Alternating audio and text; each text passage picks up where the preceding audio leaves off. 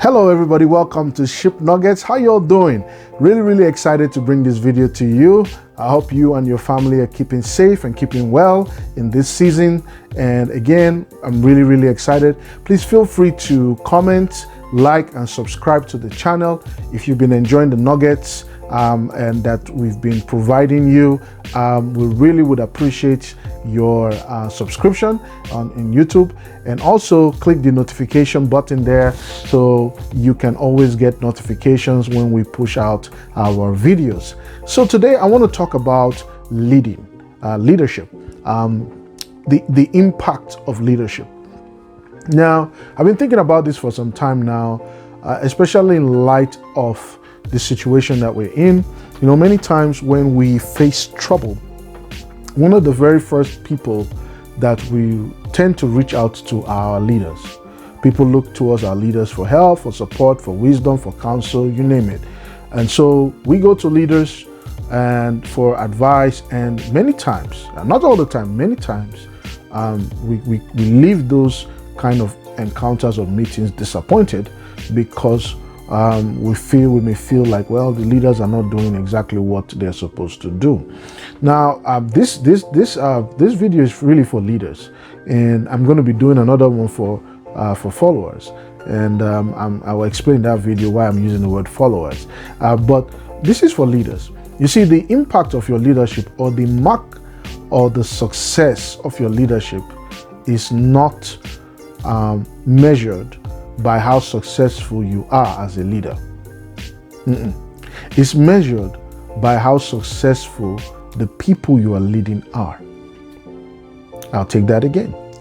The measure of your success as a leader is not based on how successful the individual leader is. It is based on how successful those who work with the leader, those who follow the leader. Is based on how successful they are. Okay, give you an example. I would say, in my opinion, and I'm sure a lot of people will agree, that Jesus Christ was arguably the best and greatest leader that ever lived, and he's still living. Now, the mark of his leadership is not just in the fact that he did these wonderful things, but it's also in the fact that he said to his disciples that greater things will you do. And the disciples were not greater than him, but they ended up doing great things. Okay, so that's one. When you look at, people like, Steve Jobs, or you look at people like Bill Gates, you find out that people who work with them ended up being great themselves. They ended up growing.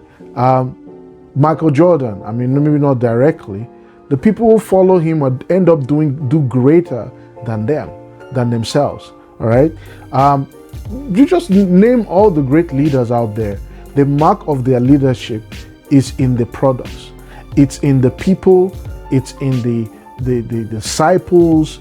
It's in the prodigies that they have produced.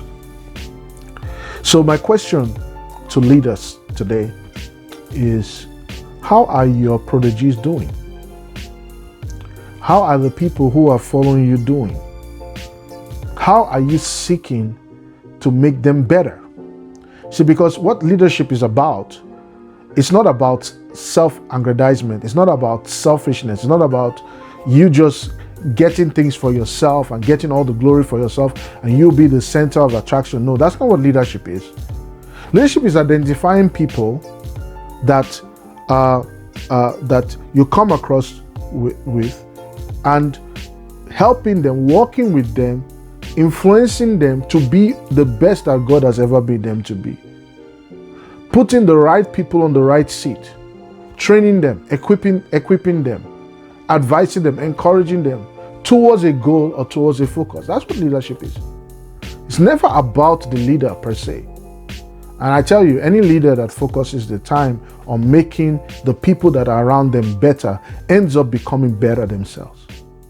Another thing about this thing I'm learning about leadership is, is this act of delegation and trust. You cannot be that type of leader if you do not trust people. Now, I'm not saying that you have to trust everybody. I'm not saying that you have to, just lay down and just cower at everyone. No, that's not what I'm saying. I'm saying that fundamentally, if you're going to make impact as a leader, you have to trust people. If you don't trust people, then you're just in this for yourself. You are leading for yourself, and that's not effective.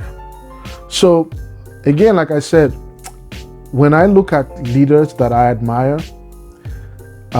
one thing I look at is, who are their disciples? Who are the people that follow them? What are they doing? What examples are those people doing? Because I'm not looking, I can't just look at you.